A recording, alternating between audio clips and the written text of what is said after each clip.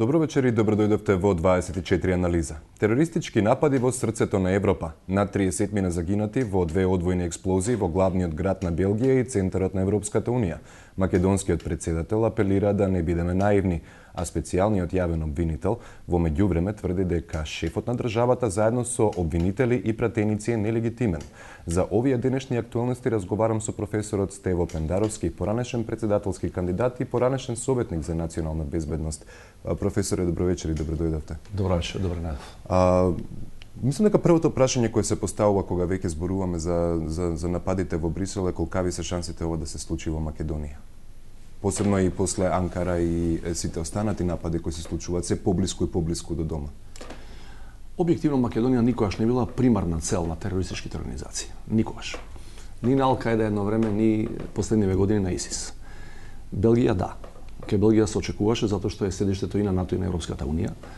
И практично тука е центарот на евроатлантската политика, начело со САД, кои според согледбите на ИСИС се виновни за војните во Азија и за турбуленциите на Блискиот Исток кои траат со децении. Значи Македонија тука и ниту една друга балканска држава не би можела да биде атакувана како примарна цел. Иако не исклучам дека можеби некој поединец би можел да направи терористички акт или акција со цел да ја одбрани каузата на ИСИС на Балканот. Иако имаше разговори, имаше предвидување, имаше проценки уште од 2008 нааму, ако паметите, тогашниот министер за надворешни работи на Израел, Либерман, беше во Скопје и рече дека Балканот е наводно новиот фронт на Ал-Каида и на ова што подоцна излезе исламската држава, меѓутоа тоа до денеска не се материализира, за наша среќа. Јас мислам дека нема претпоставки да се материализира. И индивидуални акции, како што реков, се можни, меѓутоа системски ние не би требало да бидеме на цел на исламската држава, ниту на било која друга терористичка организација со глобален опфат, така да речем. Значи, не велам дека треба да спиеме и да гледаме и да се ситиме на тоа што се случува во други држави во Европа или во САД, меѓутоа Македонија е објективно минорен член, е маргинален член на тие коалиции, каде што не има со мала бројка на војници и нашите надворешно политички цели не се лоцирани на Блискиот Исток.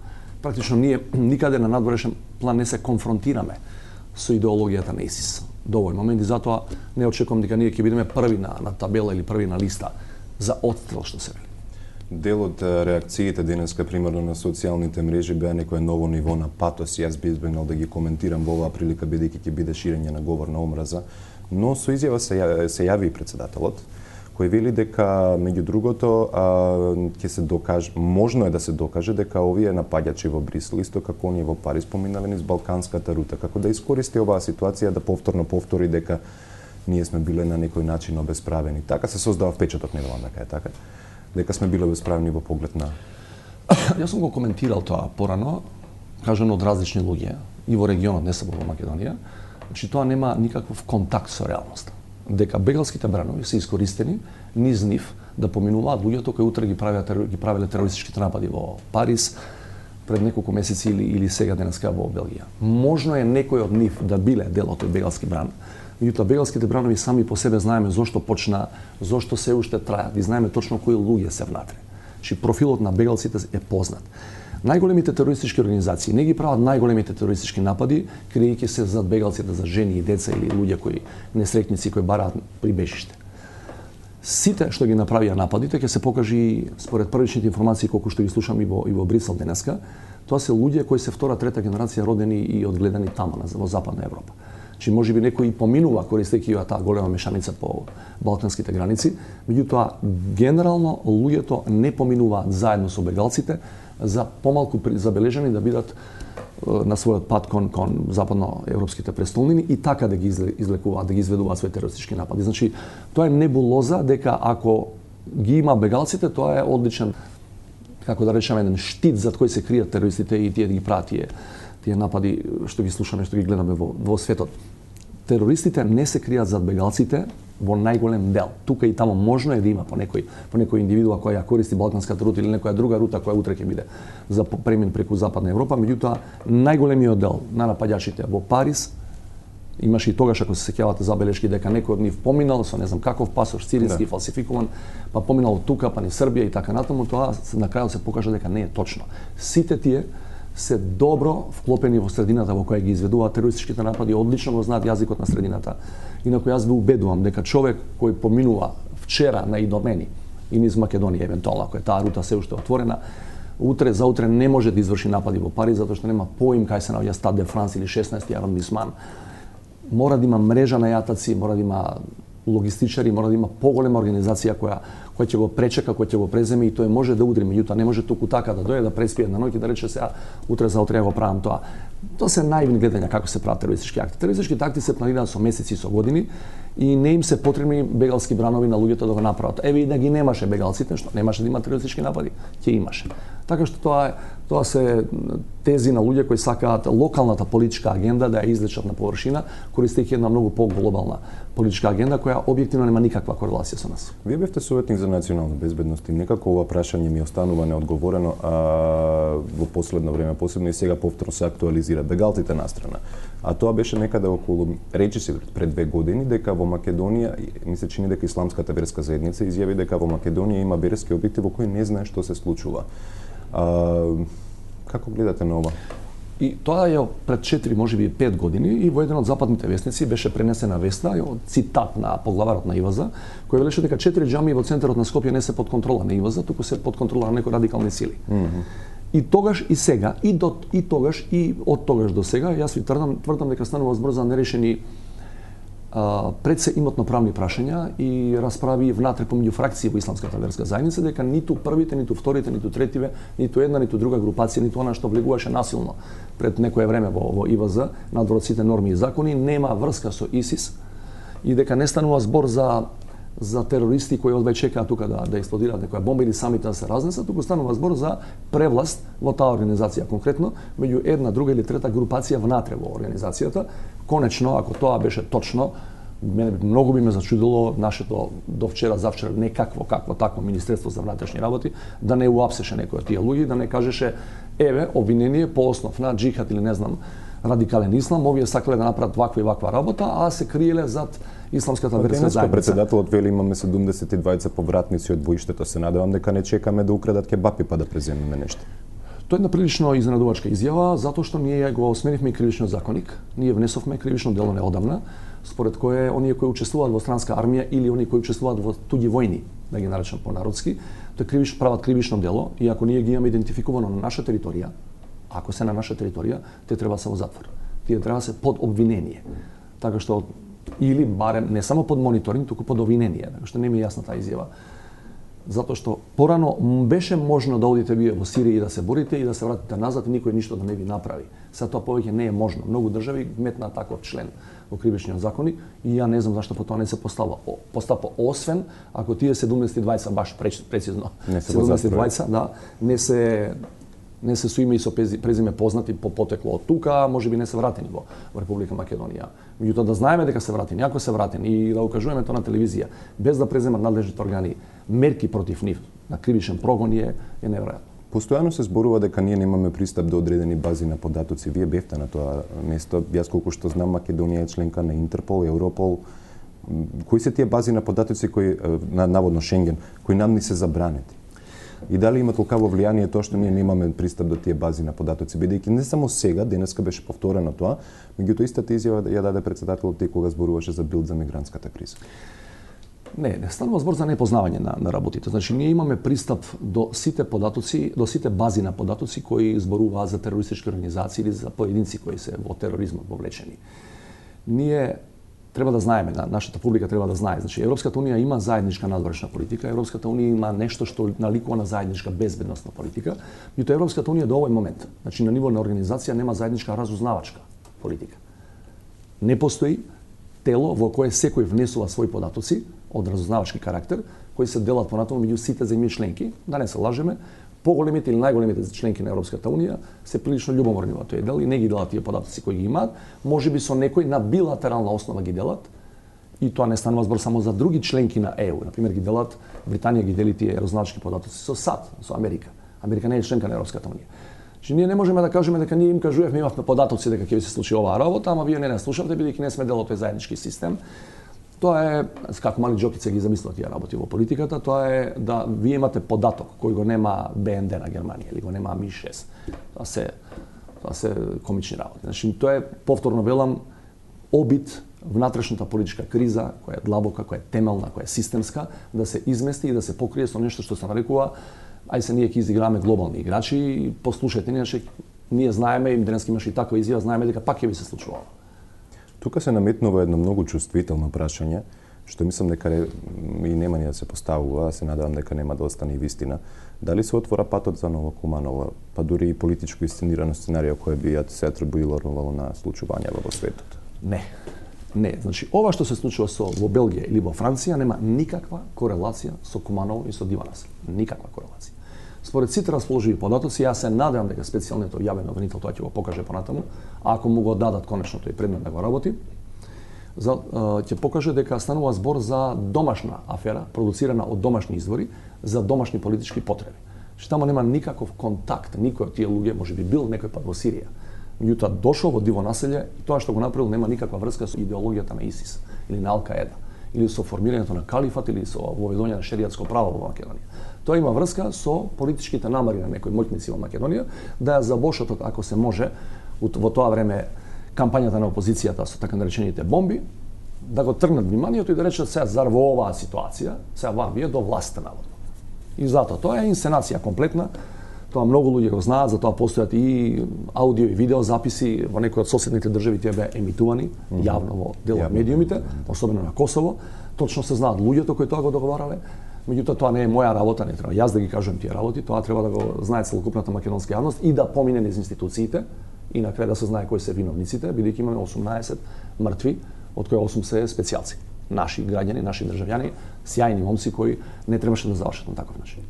Го споменавме специјалниот јавен обвинител кој денеска посочи дека постојат докази со кои се фрла сенка, се создава сомнение за легитимноста не само на председателот на државата, туку на дел од претениците и на обвинители. Сега, како да гледам некоја реакција, дека очекувам некоја реакција, дека ова ќе биде, еве сега, апропо Ван Хауте, сега и Катица Јанева работи за опозицијата. А вие сте член на опозицијата, па сега велам... Да, има веќе реакции, ја чув од Иванов има реакција во која вели дека ние не треба да бидеме во тој кош, затоа што вели досегашните обвиненија на господјата. Дека не требало да се драматизираат работите. Не, има писмена реакција вечерва колку што видов, дека тој нема никаква врска со тоа, бидејќи незините обвиненија до сега се базираат на слушани разговори 11-12-2013 година. Немало за 2014. Тука има неколку точки кои може да се појаснат за јавноста, кои тие ги знаат, тие што го пишувале тоа соопштение. Значи, прво, јавноста не ги знае, претпоставам. Прво, има разговори од 2014, само што тие не се јавно објавени. Тие се предадени на КТСН. Значи, од над 500.000 разговори има минимум, ја што знам, минимум 120 разговори кои се однесуваат за двојните избори 2014 година. Тоа што јавно не се објавени, значи само дека немало време да се објави се. Второ, што е побитно, системот за изборна корупција е воспоставен 2011 година во Македонија. Почна 2009 со пар експерименти во неколку општини во Македонија, завршен, заокружен 2011. Тој истиот систем ги принудува луѓето да гласат за владеачката партија и 13 година на локалните избори и 14 на двојните избори. Че немало потреба посебно вие да апострофирате 2014 кога се знае дека 5 години наназад тој систем е фундиран. Конечно. Зашто имаме на 5 јуни закажано предвремени парламентарни избори? Дали чувте било која јавно, зборувам, снимка за 2014 за парламентарните? Не. Повторно има. Затоа што се враќам на вторава точка, сите знаат дека системот кој беше направен 2011 функционираше и 2014. Затоа има предвремени парламентарни избори. Не чувме ни една конкретна снимка во која некој договара, не знам, црни вреќи или контингенти од надворни гласачи за 2014 за парламентарните, а повторно има предвремени парламентарни избори. Или некој сака да не убеди дека Груевски е нелегитимен, а Иванов е легитимен, а изборите беа во исти ден и истиот систем носеше гласови таму и таму. Апсолутно истата машинерија. Истите црни пари беа користени. И велите за има докази во бомбите од кои не се објавени на јавно? Апсолутно. Апсолутно. Значи имате 40 бомби, 40 пресконференции на таа тема, неколку стотини разговори се објавени. А имате по записникот на господјата Јанева имате над 500.000 разговори. Меѓутоа повторувам, зашто имаме на 5 јуни предвремени парламентарни избори? Затоа што само Груевски е нелегитимен. како тој се согласи на таа работа, а ни една снимка не отиде во етерот за неговите избори 2014 за парламентарни. Дали има доволно дали има материјали кои може да одговорат на прашањето, тоест да помогнат по чистењето на списокот, имено колку точно гласови се? Јас тоа не можам да го знам, јас немам увид во сето тоа. Јас се надевам дека специјални јавен обвинител преку овие обвинителни акти кои ги подготвува, денеска чувме најава од Јанева дека ќе има и проширување на првите обвинувања за истиот тој изборен криминал во рамки на акцијата наречена Титаник. Тие би требало тоа да го одговорат таму. Значи да го прочистат, да го расчистат низ институциите, ако е тоа возможно. Бидејќи јас сум прилично резервиран во однос на понатамошните фази од постапката. Господјата Јанева одработи на почетокот сосема солидно според она што може да се разбере јавно во акцијата Титаник, меѓутоа понатаму знаете дека беше практично и сечена на самиот почеток со тоа што некои битни актери во тој криминал не беа притворени и се сосема слободно се шетаат. Некој од нив не може да ви изненади ако бидат и кандидати на изборните листи за 2 месеци од сега. Значи луѓе обвинети за изборен криминал да бидат на изборните листи за следните избори за 2 месеци од денес. Но кога ќе го погледнам целиот процес, фактички и имаше предлог за притвор, еден парадокс речиси би дошло кај нас во општеството, ние ми се чини дека притворивме човек кој беше обвинет за кражба на кебапи. А за изборни нерегуларности немаме притвор. Ние имаме луѓе кои се притворени во така наречената акција Змиско око на патарините. За 20, 30, 50 или 5 евра. Дали сето тоа укажува на тоа дека сега ни треба и специјален суд, освен специјално јавно обвинителство? Јас го кажувам тоа од минатата година, меѓутоа предпоставувам дека оние кои преговарале во името на опозицијата не можеле тоа повеќе да го истуркаат. Такој бил политичкиот контекст, бидејќи не сте сами таму, освен што има тројца други преговарачи освен вас од опозицијата, имате и меѓународен фактор, имате поширок и регионален и меѓународен контекст и веројатно не можело тоа се истурка. Меѓутоа во регионот се правени во изминатите 20 на години во посткомунизмот специјални судови и специјални обвинители. Никаде не е направен само специјален обвинител. Најновиот специјален суд што е за злосторствата на така наречената ОВК 99-2000, кој ќе почне годинава со работа во Хаг, исто така во Холандија, има и обвинители, има и суд. Овој што го знаеме суд за поранешна Југославија, што беше за војните во 90-те години, има, ние знаеме Дел Понте, меѓутоа имаше и суди. Значи имаше една комплетно оформена институција. Кај нас тоа го нема и сите знаеме дека ќе има и веќе има обструкции на секој чекор.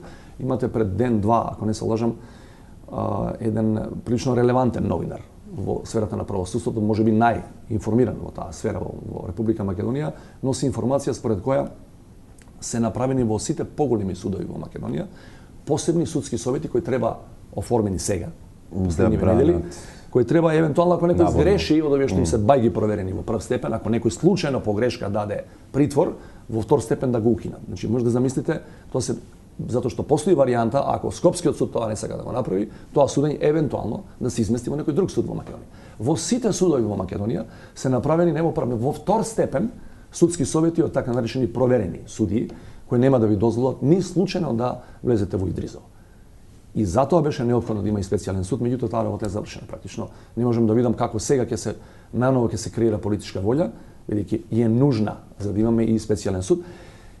Барем да имаме политичка волја, ако не можеме да направиме суд, ја мислам дека не можеме, барем да имаме политичка волја на сите овие актери од ланското пржино да се формира специјално судско оделение кој ќе може да ги прифаќа тие обвиненија и да суди, да ги тера да ги процесуира понатаму. Токму ова ме навраќа кон едно согледување на целокупниот пржински процес, а тоа е дека лица кои се обвинети или за кои постои сомнение, се извинувам, за кои постои сомнение за извршен изборен криминал, седнуваат на иста маса со останатите политички актери, за да формираат договор за излез од политичката криза и ние очекуваме, тоест меѓународната заедница очекува дека со две раце ќе се потпише, дека постои можноста дека ќе одат во притвор. Малку наивен пристап. Знаете што, сме го дискутирале тоа прашање и порано во различни форуми, во различни друштва, и јавно, и приватно, и полујавно. Во моментот кога се преговара пржино, вие нагаѓате дека Груевски и дружината ќе бидат утре обвинети, бидејќи знаеме кој е генераторот на кризата во Македонија. Тоа е вака бомбите кои вие ги презентиравте, ги Брисел ги зема во извештајот посочувајќи ги како доказ. Неспорно. Меѓутоа Брисел вели дајте да направиме СЈО за разговорите кои произлегуваат од тој материјал. Чи допрва треба да утврдуваме институционално дали е некој, тој чиј глас се слуша, дали е тој виновен. Имате парадоксална ситуација од пред неколку дена. Ви имате човек кој е формално обвинет во рамки на акцијата Титаник. Седи на Советот за безбедност скривано. Токму едно од моите следни прашања, но ајде. Шокантно. Значи, не нагаѓаме кој е генераторот на кризата, не нагаѓаме, знаеме сите, ама тоа е колоквијално, вака лав муабет. Додека не дојдат обвиненијата и понатаму, нели, презумпција на невиност, додека не отиде до крај судскиот процес. Ако заоди воопшто во ваква Македонија. Имаме човек кој со име и со презиме е апострофиран како еден од главните оперативни двигатели на фалсификувањето на лични карти, кој бил на прилично висока позиција во МВР и седи на Советот за безбедност, карши така наречениот председател. Неверојатно на вистината. Согласно сите овие согледувања, ако ние направиме и специјално судско оделение, имаме веќе специјално јавно обвинителство кое по логиката на нештата, ако формираме специјален обвинител, значи дека постои проблем со постоечкото обвинителство. Ако формираме специјален суд, значи имаме проблем со постоечкото судство. Мене тоа ми наликува на де факто протекторат. Еве да ја прашам са и вас и сите јавности и себе си, јавно. Тој протекторат неспорно. 2001 година рамковниот договор исто така, сите знаеме, и формално и неформално беше истуркан на мускули повеќе од меѓународна заедница отколку од домашните политички актери. Значи многу пати во македонската понова политичка историја сме имале од надвор луѓе кои велеле ова е добро за вас, бидејќи сами не можете да дојдете до тоа. И тоа ова е дилемата, сакам да ја споделам со вас со сите. Ова е протекторат, окей. Што е алтернативата? Да немате ништо. Значи, ако СЈО заврши работа, барем малку да ги зачисти овие авгиеви штали во Македонија, кои се таложеле години и години наназад, особено последнава декада. Мене не ми пречи што е тоа наметнато од надворешен фактор. Мене би ми пречело ако некој оди наспроти волјата на најголемото мнозинство граѓани, нешто да се забошати или на нивната волја нешто да се открие. Во овој случај СЈО е нужна институција. И до СЈО ја ставам опклада дека до СЈО ние самите собрани четворица, 5 мина немаше да дојдеме никогаш. Рамковниот договор исто така. Ако ги оставите само домашните актери, никогаш немаше да го потпишат, никогаш немаше да дојдат ни до половина на тој процес. И еве, потпишане, важи, делови од тоа се дел од уставот, Македонија е тука кај што е, ништо не и фали. Инаку имаше катастрофични предвидувања, бидејќи ова е наметнато од надвор, и Македонија за 2, 3, 5 години ќе се растури. Македонија не се растури.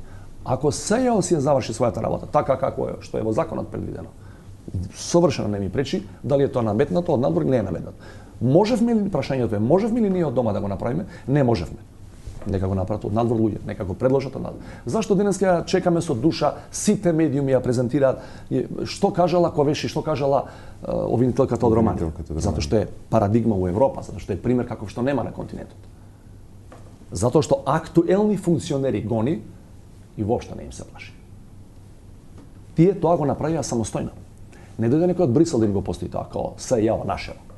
Меѓутоа, ако ефектот на крај е таков, со две раце го потпишува. Брисел многу притиска за излез на политичката криза во Македонија. Дали ние го притискаме трпението на Европа во целиот овој процес? И до кога може Брисел нас да не бутка и да бидете држава? Јас мислам дека Брисел повеќе не бутка. Ја мислам дека Брисел беше најупорен да имаме договор на дело или на хартија лани во јули со пржино. И после тоа практично тоа оди по инерција или е туркано, бар до неодамна беше туркано од пониски бирократи во Брисел. Се и тоа не е случај. Паметите како беше деклариран као обичен турист Ван Хауте и денеска неговиот удел или неговиот придонес во разрешување на македонскиот проблем се сведува само на Твитер статуси и слично на тоа. Значи ние практично немаме сега во овој момент други од Брисел освен тукашните амбасадори кои се постојано во Македонија. И мислам дека ние имаме повторно големо или радикално преценување на тоа што Брисел мисли за нас. Ја ви тврдам дека ние не само ради терористичките акти, не само ради бегалската криза, дека Брисел на крајот на мене става нас, особено не на дневна основа. Значи тие не поставија на колосек и рекоа туркате ова работа. Од тогаш, од лани и од јуни до денеска тие само неколку пати се навраќаат кога има големи забегувања од автострадава. Нема дневно менаџирање на процесот. Дневното менаџирање го оставија на луѓето кои влегува заеднички во влада, че имаме техничка влада, имаме мешан состав на влада, опозицијата се врати во парламентот и за жал гледате повторно, да се вратиме на претходното прашање, со автономни домашни сили до кај дојдовме. Анкетната комисија не проработе воопшто во собранието. опозицијата се врати и тоа е се што е имплементирано од пржино. Ништо друго. Ниту едната, ниту другата анкетна комисија не прави. Ништо. Значи немате ништо што требаше да биде да лоцира политичка одговорност, не кривична, не затвори, притвори.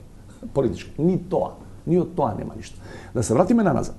Имавме првомартовски договор пред неколку години кога опозицијата беше истерана комплет на 24 декември од собранието.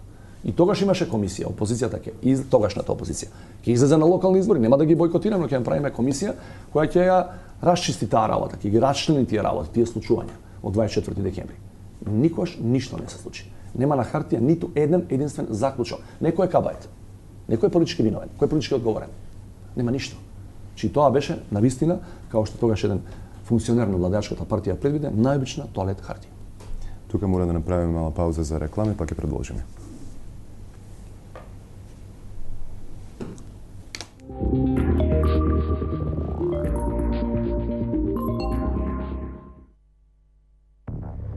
Главоболка, затнат нос, кашлица, болки во мускулите, покачена телесна температура. Совладајте ги настинката и грипот со Кафетин Колд. Кафетин Колд содржи витамин С. Пред употреба внимателно да се прочита упатството. За индикациите, ризикот од употребата и несаканите дејства на лекот, консултирайте се со вашиот лекар или со фармацевт.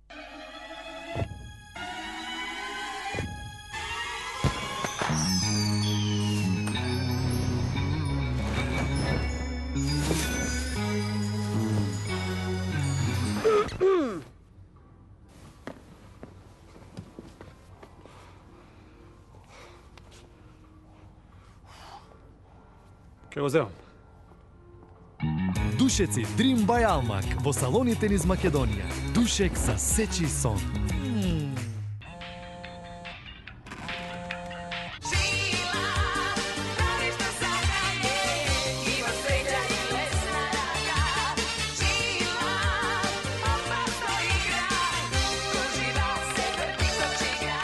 Твој избор, твоја слобода. Аплицирајте за НЛБ потрошувачките кредити, без трошоци за одобрување.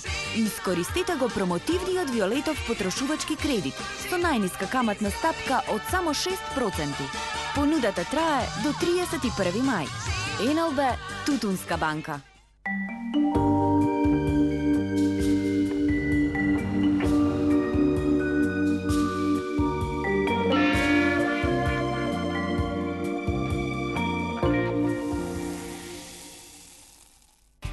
Фантастична саемска понуда од Мебел Ви. До 40% попуст на најголем дел од асортиманот. Комоди, гарнитури, спални, детски соби, трпезариски маси. Се за секого. Понудата важи до чиштење на количините од залика. Најдобра понуда и најголем избор по супер цени. Искористете оваа саемска понуда. Мебел Ви. Квалитет на кој му верувате. Супер наградна игра на Елит Кафе. 300 дена, 300 машини за перење. Секој ден по една и многу други награди. Отвараш, уживаш и машина за перење добиваш. На здравје кафе со Елит Кафе.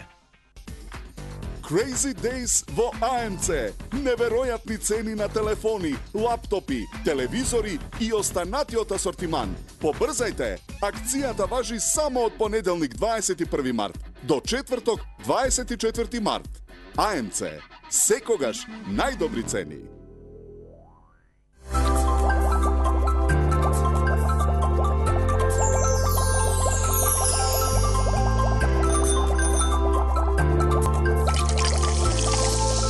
Липо. Стариот добар вкус.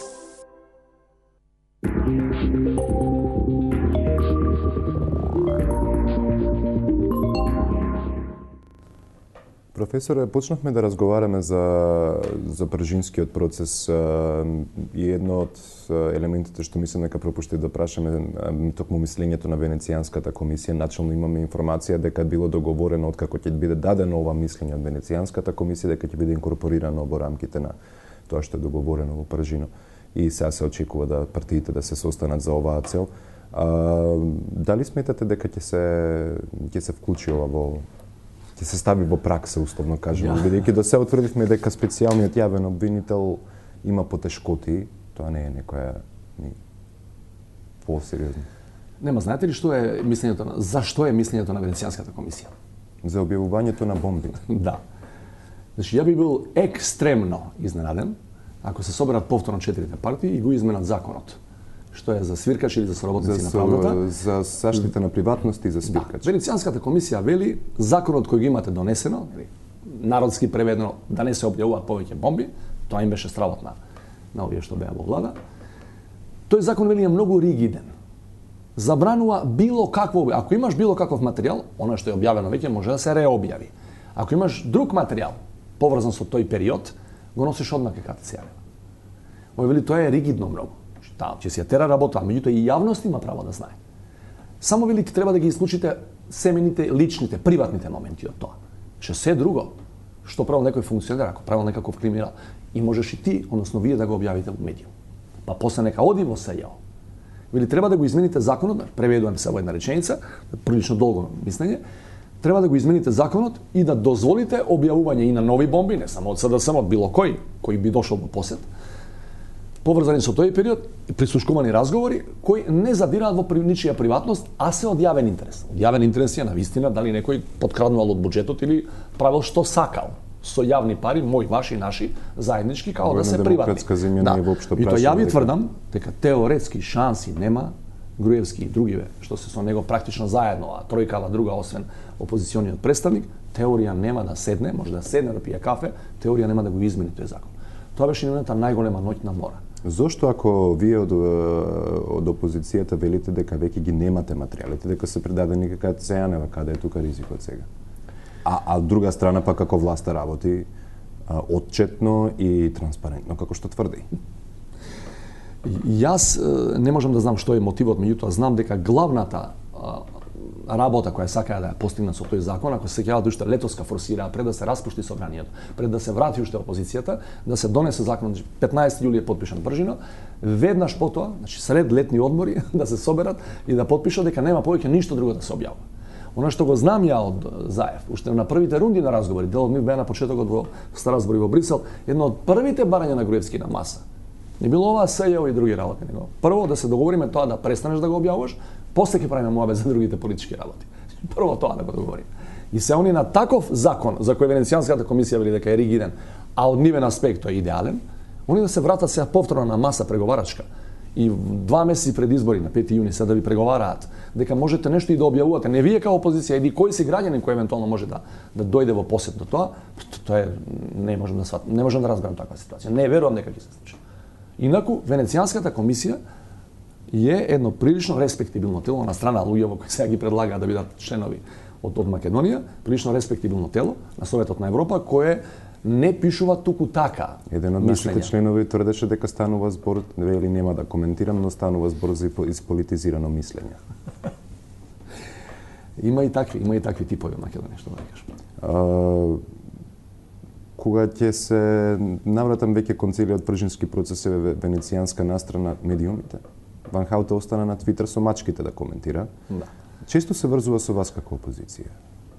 Тоа затоа што да нуди ставови, па дека одработува интереси на СДСМ. Ван Хауте, да.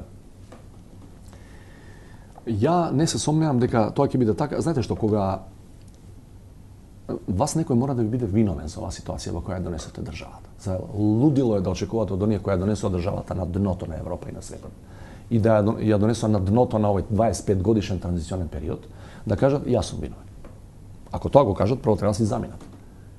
Кој од нив рекол ние сме кабајот? Бидејќи не сте вие, иако знаеме дека сте вие, мора да измислите некој друг.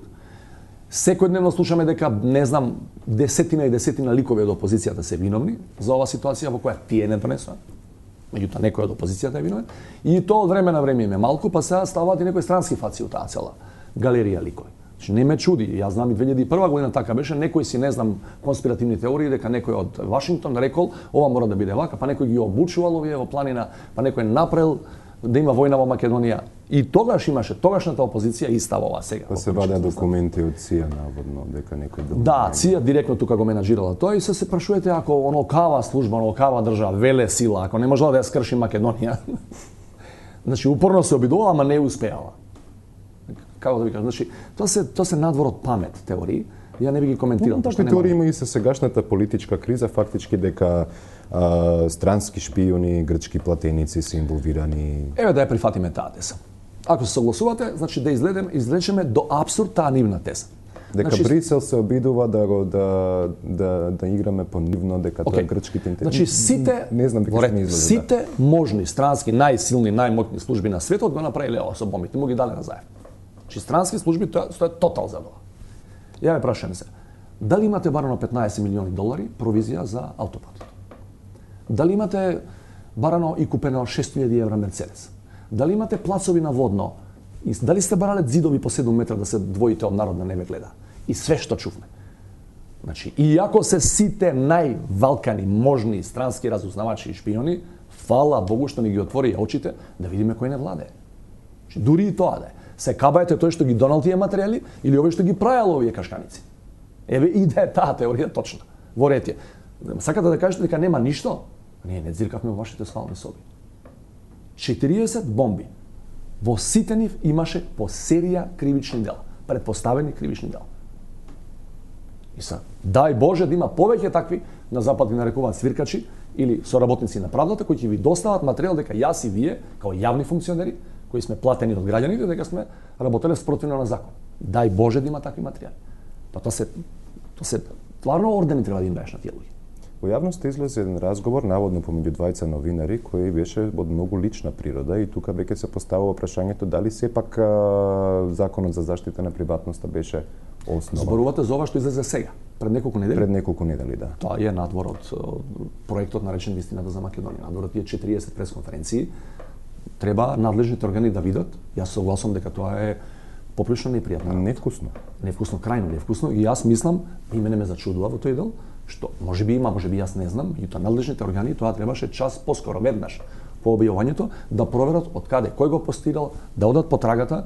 Тука има во Македонија експерти за компјутерски криминал, кои колку што јас знам уште пред 10 на 15 години кога сум бил во тие структури, можеа да дојдат до трагата на тие луѓе кои тоа го постирале тука или надвор било кој да се. Не знам зошто не се прави, ако не се прави, можеби се прави, меѓутоа јас сакам да видам тука реакција на државна институција и на крај да се оди со кривични пријави против тие што тоа го постирале. Меѓутоа повторувам, тоа е сега од последниот месец. Така. Тука следи прашањето, па нели е МВР сега ваша институција на СДСМ и така натаму, меѓутоа претпоставам дека посоодветно би било да го прашам Спасовски отколку вас. Знаете што, посоодветно неспорно би било, меѓутоа да не забораваме на друга работа. Службата за државна безбедност е во рамки на Министерството и таа по закон има надлежности за сериозни облици на кривични дела исто така. Значи и таа. И она што не знам колку граѓаните го знаат, Оливер Спасовски не може да ги смени директорите на јавни на државна безбедност, значи на таа служба, затоа што нив ги назначува владата, не ги назначува министерот само. Тоа се владини функционери. Значи ако практично не можете да чепнете во таа влијателна битна служба која се бави, меѓу другото, би требало да се бави и со сериозни облици на организиран криминал, а не само со политичката опозиција, како што е во изминативе години, вие практично имате тука бајаги сте сосечени во таа ваша внатрешна позиција во МВР, за да со сите ресурси со кои располагате го откриете и тоа. Че не велам дека не треба ништо да преземе, јас се надам дека нешто презема. Меѓутоа ме прашуваа во една друга емисија на истава тема како го оценувате работењето на Спасовски до сега. Јас можам да забележувам за неколку работи кои мислам дека требаше поинаку или побрзо се направат. Меѓутоа мојата констатација е бидејќи знам од прилика што има внатре. И знаем и од бомбите како самите ја квалификуваат таа институција. Значи во што се претворило, класичен партиски штаб. Ја велам, јака му душа на Оливер Спасовски, што воопшто тамо може да ги менаџира на едно базично ниво работите. Значи јака му душа, таму имате не стотици и илјадници луѓе кои се партиски војници кои се ставени тамо само по налог на партија, да го немаат поима таа работа што треба да ја работат и кои не работат за да штитат Македонија од безбедносни закани, туку работат само за партијата која ги поставила таму. Значи јас мислам дека таму да му даете тотални овластувања, а нема овој така наречен технички министер за внатрешни и би требало да му оставите барем 2-3 години да работи, за да може да го донесе тоа со најдобра намера да работи и да го донесе тоа на едно завидно професионално ниво. Што толку е упропастувана таа институција години наназад, бомбите тоа јасно го покажа, што вие за 2-3-5 месеца со заменик министер кој ве блокира на секој начин, ве тужи на суд. Зашто сте сменили некои началници тамо кои флагрантно не си ја вршиле својата работа како што треба, Или биле неспособни, или биле партиски војници, и кога ги сменува, овој Чавков му поднесува тужба пред управен суд, вели враќај ги назад, што си ги сменил. Значи во една таква прилично затворена ситуација затворена за маневар, ја сум презадоволен од тоа што воопшто нешто се случува во тој инаку витален орган. И во однос на низ целиот разговор се провлекува овој концепт на политичка одговорност. Дали имаме доволно зрелост да зборуваме за политичка одговорност, посебно кога актуелната влада во изминативе речиси 10 години многу често напоменува ама во времето на СДСМ. А времето на СДСМ не само за политичката одговорност. Значи денеска ние сега очекуваме од таа гарнитура, од таа констелација да покаже или од било кој политички актер во оваа земја да покаже политичка одговорност. Како е тоа возможно? Не само политичка, значи прво категоријата политичка одговорност во Македонија не е позната, јас се кладам, не е позната. Кажете ми, кој понел политичка одговорност за што? Имавме деца кои не ги праќаа на лекување во странство, кој понесе политика? Не зборам за кривична одговорност, можеби има и таква. Кој политичка или морална одговорност? Значи ја не сум директно виновен за ова што ме обвинувате, меѓутоа од морални причини си поднесувам оставка. Сме имале оставки од морални причини порано, меѓутоа многу порано. Многу малку. Многу порано и многу малку објективно. Меѓутоа ова се случува, ова е апл, да никој не сме да помисли да се попече, што не му дава главниот газда. Денеска и го слушаме ова што на семинар го кажува романската обвинителка. И го слушаме паралелно на истата сесија, на истиот панел, го слушаме нашиот досегашен и сегашен обвинител. И он се фали, он цитира бројки. Еден премиер вели, не знам колку министри, не знам колку функционери. Само ни кажува една реченица, плюс на сите тие бројки што ги цитира. Сите тие се од претходната политичка постава. Можно ли е да зборуваме за сериозна борба против корупција и криминал? Можно ли е? А вие сте 10 години на власт, ни еден од вашите крупни риби да не е кавајат. Или сите светци ги имате ставено на функции, или вие мижите не сакате да гледате што се случува. Значи невозможно е еден министер, еден директор, еден градоначалник. При се ова што се случува и без бомбите, ни еден не е одговорен. Ова се нови трикови или нешто што се усовршува во времето на независноста? Јас не можам да тврдам дека се проблеми додека било. Тоа не е патента ни една партија. Тоа во Македонија политичката култура е на такво ниво. Ние имавме, колку што ми е познато, 93-та минам, имавме прва оставка од морални причини. Тогашниот министер Антони Пешев поднесе оставка, беше за транспорт и врски, затоа што падна авион овдека во близината на Скопскиот аеродром. Морам да напоменам дека немам роднински врски со човекот, не знам дека често се Да, и тоа беше за жал пример кој не го следеше скоро никој по тоа. Тој вели ја немам никаква врска со директниот пат на авионот, воопшто. Меѓутоа ова нема во мој ресор е и ја ова не можам да го гледам, од морални причини си давам оставка. Значи во тоа време тоа беше чудо светско. И можеме да се присетиме, можеби јас заборавам нешто, не се сеќам дека некој друг од тие од такви причини се повлекол, иако нема директна вина. Ние овде имаме луѓе кои имаат директна вина. Имаме луѓе кои ги слушаме и обомет имаат директна криминална, кривична одговорност. Па не се повлекуваат. Пак не се повлекуваат. Имате бивши функционери кои се обвинети у Титаник, кои даваат изјави на телевизија, даваат интервјуа, во кои велат обвинението е политички мотивирано против мене. А зошто немаме зошто толку ни се проблематизира чистењето на избирачкиот список сега? Избирачкиот список.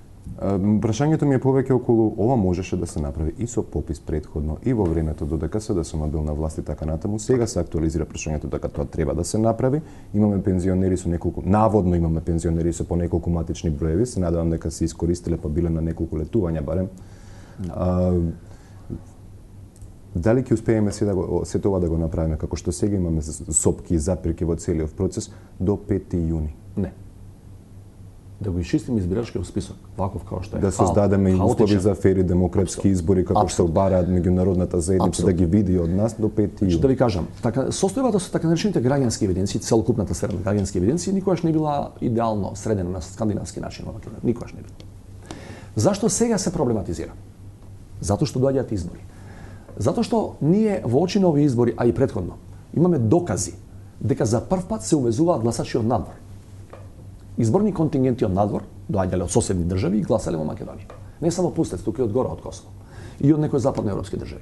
Значи, на систематски начин, организирано и масовно, од владата организирано, никогаш не сме имале. Поединци можеби доаѓале, можеби некој им плаќал на индивидуално ниво. Имаме систем разработен од досегашната влада, претходната влада, ова е са техничка, во кој тоа се случува по прв пат во независна Македонија. И по прв пат во независна Македонија имаме луѓе на кои немаат живеалиште во Македонија, ти ги ставаш како да има. Бидејќи два услова треба за да гласаш во Македонија, не само да си државјанин, туку да имаш и живеалиште, дека легално. Бидејќи прво тоа не се случуваше, таа сфера остануваше така. Никој не се сомневаше дека може и тука да има значаен контингент на гласачи кои можат да сменат изборен исход. Бидејќи бомбите покажуваат дека авиони се плаќани. Авиони се плаќани од македонски бизнисмени во спрега со власта да донесат, не знам, не еден авион, авиони се плаќани. Има податок кој треба да го потврди СЈО, кој јас мислам дека во еден нивни извештај се среќава, иако не доби публицитет, дека наводно 50.000 луѓе на денот на изборите во 2014 влегле во Република Македонија, на денот на избори, и исто такава бројка излегле вечерта на изборниот ден. Дошле само за гласање. Тоа исто така никогаш не сме имале во независна Македонија. Карта во просек до Македонија 250. Не, овде станува збор за и аеродромите се гранични премини, овде станува збор за другите гранични премини кон соседните држави, чиле со возила најчесто. Тоа е неверојатна бројка. Десетици и десетици илјади луѓе доаѓаат само да гласаат и се заминуваат. Можеби некој доаѓа, но толкава бројка мора да е стимулирана на инаков начин. И затоа доаѓаме сега до избирачкиот список како еден од лостовите, не е единствен, кој придонесува за поинаков изборен исход отколку што е реалната волја на мнозинството граѓани. Ништо повеќе. И последно прашање да резимираме, се укажува на тоа, се покажува мислам, како да пробува некој да буцне, да го насочи вниманието кон тоа дека еве нема да стигнеме со се за да направиме фер и демократски избори и на 5 јуни, по би било. Дали ќе се истрпи, дали е возможно уште едно одложување на изборниот датум? Моја стара теза е дека не треба да има избори, се додека не ја расчистиме работа на значаен начин, за да можеме да имаме верба во изборните резултати. И мое верување... Став на меѓународната седница дека не е толку битен датум отколку изведбата. Јас се надевам дека они ќе задржат тој став до крај. Инаку, кога зборуваме за меѓународна заедница, тука има различни глави во таа заедница. Еден вели вака, друг вели вака.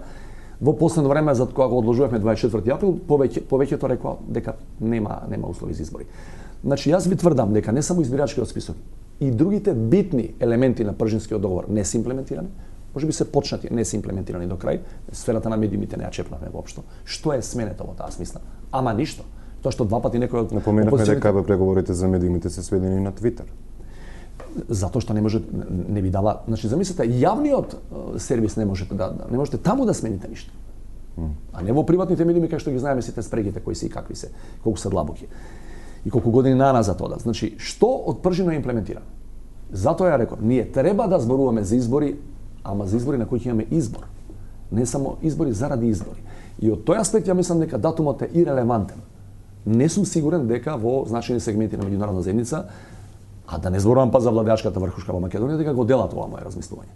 Значи, нив им е најбитно, посебно домашниве овде, да има избори заради избори, некои ќе речат 10-та победа во низа, што барате вие, затоа што тие луѓе се убедени дека преку политички избори можат да ги избришат своите криминални кашканици, своите криминали. Тоа го нема нигде во светот. Значи, вие може да добиете на избори, политички избори, али кој ќе треба да одговарате, ќе одговарате. Имавме случај со ХДЗ пред неколку години, кога нивниот тогашен лидер на партија и актуелен премиер одговараше пред суд, а неговата партија, додека он беше во притвор и во затвор, неговата партија си продолжи да владее со Хрватска. Значи, криминализирани поединци не можат да излегуваат на избори. Или луѓе со тешки обвиненија на плеките, па поготово за изборен криминал. Владеачката врхушка во Македонија сака и со тој товар на рамења да излезе на избори, да рече, еве, народот кажа дека ние не сме кривично одговорни. Тоа се сосема две различни категории. Вашата евентуална кривична одговорност нема никаква врска со тоа дали некој ве гласал или не ве гласал. Не се браниме со народот. Народот е за други работи. Јас видов и некои анкети дека народот не е верува на Катица Јанева. Што да бидеме искрени, како гледате на тоа ствари? Мене, со ова ќе завршам, не ви одземам од времето повеќе, мене ми е навистина криво што, иако беше подготвена таква бомба, пред кога, минатата година, не беше емитувана од X причини, контекстот беше таков, имаше се разбери побитни политички цели да се постигнат со таа кампања. Во таа бомба, во тие материјали, јасно се гледа како се диктираат проценти и промили, кај овие така наречени агенции кои го испитуваат јавното мнение. Значи, вели, денеска не, туку утре ќе објавиш толку на толку, а на тој ќе му дадеш толку, без било какви анкети реално направени. Значи, за какво мерење на јавно мислење ние зборуваме? Професоре, ви благодарам за гостувањето во 24 анализа. Вам, почитувани, ви благодарам за вниманието и останете со програмата на 24 вести.